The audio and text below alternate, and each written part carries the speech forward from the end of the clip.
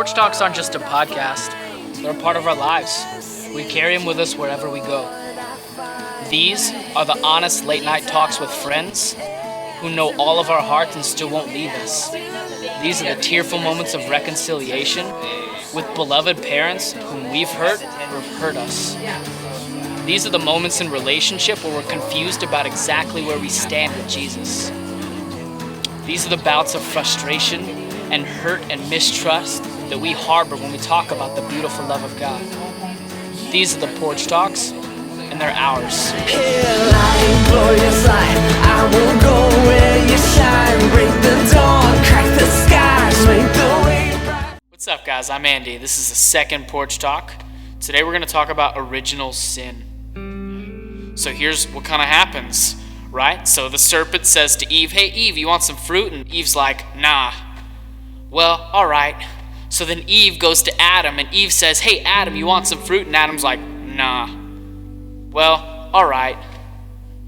So this is what happens, and that day something broke. You had one job. One.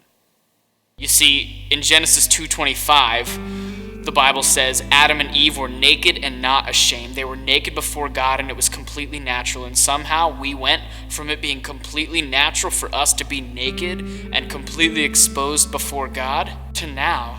And the day that I got saved, somebody had to tell me that I was hiding from God. That was the start of us being perpetually uncomfortable with being exposed to anybody in any capacity. This is hard because we were created to be known.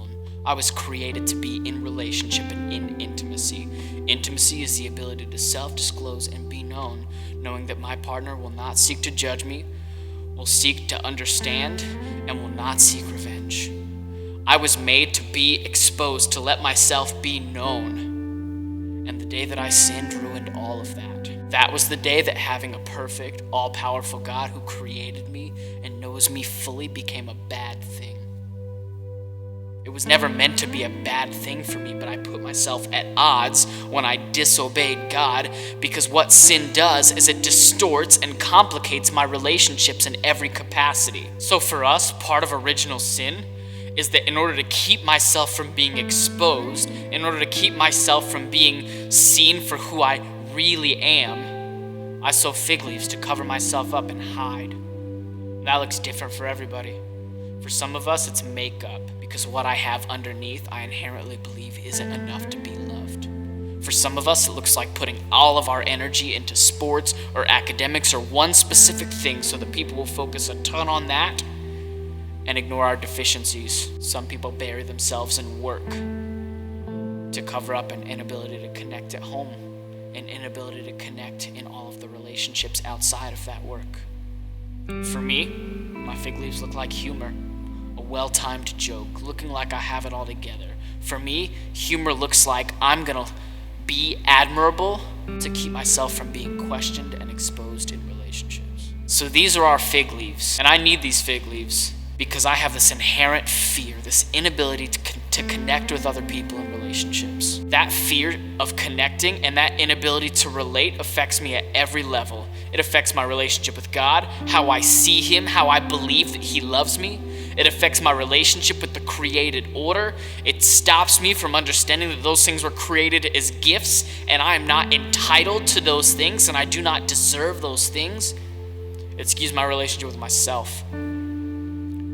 Makes me wonder what I'm worth, how valuable I really am.